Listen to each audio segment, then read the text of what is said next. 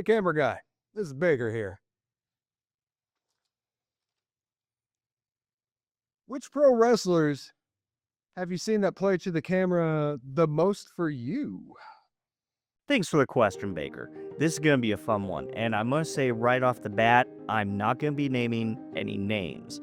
Not because I'm dodging the question, but because the real story here isn't about the individual wrestlers, it's about patterns that I've noticed over time.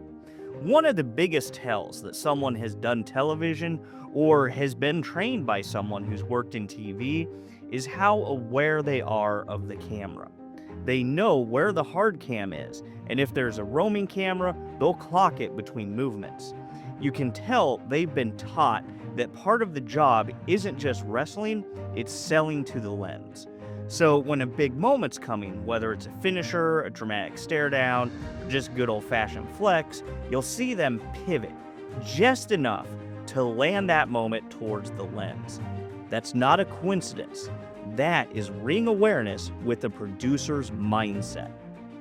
What's interesting though is how that camera awareness actually develops over time, even in folks who don't start out with it. I've noticed the more shows that I shoot, the more comfortable wrestlers get with me being there. At first, most of them just ignore me entirely, which is fair. They've got their match to focus on. But as we keep working together, they start to pick up on where I usually shoot from, when I'm going to be ducking into a corner, or how I move when I'm tracking a moment. And over time, they start playing to me. Whether it's a smirk to the lens, a mid-match taunt in my direction, or just being aware that I'm there to catch the moment that they're about to create. Now, that kind of chemistry takes time.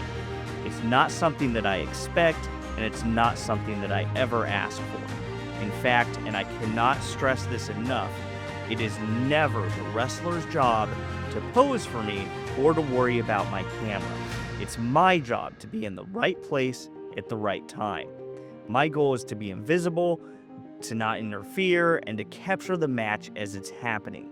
The last thing I want is for someone to pull back on a move or risk their positioning just to make sure that I get the shot. If I miss it, that's on me. But when that awareness and trust develop naturally, when a wrestler starts to throw that glance, that gesture, that attitude right to the lens, that's magic.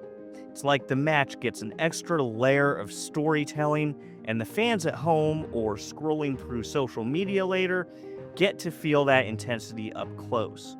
So, to answer your question, Baker, it's less about who plays to the camera and more about how experience, trust, and awareness shape those interactions over time. Some pick it up early, others develop it over months, but when it clicks, it shows. And I'm just lucky enough to be there to catch it. If you have any other questions you'd like for me to answer, make sure you comment them down below. Make sure that you give me a nice top rope elbow drop on that like button, and I'll see you next time.